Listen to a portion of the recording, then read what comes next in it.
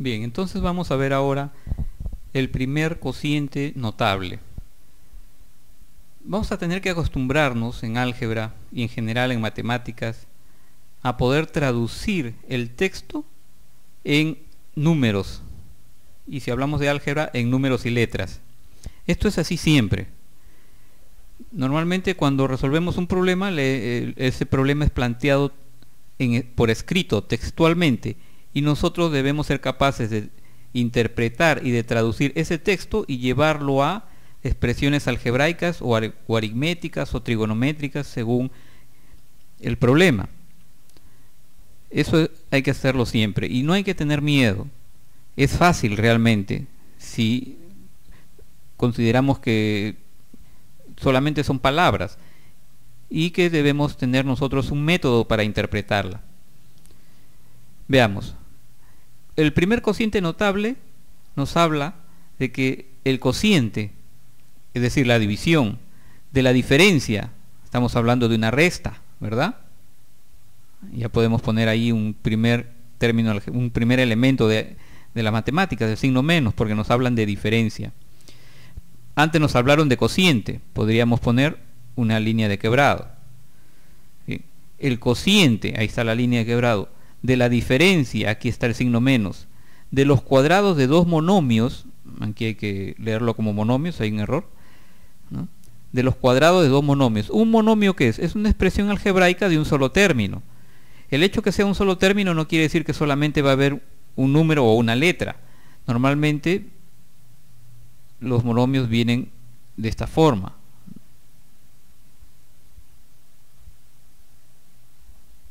¿No? Todas estas expresiones que estoy escribiendo son realmente monomios.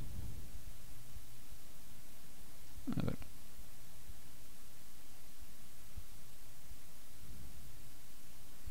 Todos estos son monomios. Bien.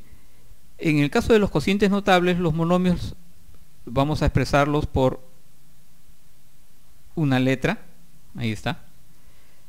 Pero dice que es los cuadrados de dos monomios. Hemos encontrado un primer monomio, la letra X, pero nos dicen que debemos considerar el cuadrado, es decir, que ese monomio tiene como exponente 2 o es de grado 2, y nuestra siguiente base o número, a ver, hay un error por acá, es la letra Y, y como nos siguen hablando de los cuadrados, habría que poner exponente 2. Entonces ya tenemos planteado el primer término, que es el dividendo. El cociente, nuevamente, tenemos la línea de quebrado, de la diferencia, aquí está el signo menos, de los cuadrados de dos monomios. Escogemos dos monomios, a uno le llamamos X y al otro Y. Podríamos llamarle de otra forma también. Pero dice que es la diferencia de sus cuadrados, ahí está. X cuadrado menos Y cuadrado. Entre, es decir, ya tenemos que pasar al divisor o denominador, entre la suma o la diferencia de los mismos. A ver, como dice la suma o la diferencia, o sea, puede ser cualquiera de los dos, de los mismos. ¿De quiénes son? ¿Quiénes son esos mismos? Son los monomios, en este caso de X y de Y. Ese es nuestro primer cociente notable. Y nos dice que cuando tenemos una división de este tipo, el resultado es muy fácil. Veamos. Hay dos situaciones o dos posibilidades. Una de ellas es que hablemos de la suma, ¿no? Que el denominador, que el divisor sea la suma de los monomios. Aquí nos dice que puede ser cualquiera. Hablemos primero de la suma. Entonces nos dice que el cociente notable, en este ejemplo, tiene como resultado, tiene como cociente a la diferencia de ellos, es decir, a la diferencia de los monomios. Y que cuando se trata de el otro caso, de la diferencia de los monomios como denominador, el resultado tiene como cociente la suma de ellos, la suma de los monomios. ¿Correcto? Esas son nuestras dos posibilidades para el primer cociente notable. Retomemos. Dice cociente de la diferencia de los cuadrados de dos monomios entre la suma o entre la diferencia de ellos, de los monomios. En un primer caso, cuando es suma, el resultado es la diferencia. Y en el segundo caso, cuando el divisor es la diferencia, el cociente es la suma. ¿Correcto? En el segundo cociente notable, vamos a también traducir toda esta expresión literal.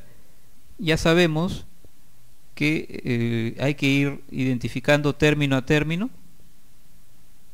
para no perdernos. Nos dice cociente. Como nos hablan de cociente, podemos poner una línea de quebrado.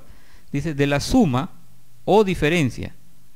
El cociente de la suma o diferencia, no los dos a la vez, o es suma o es diferencia.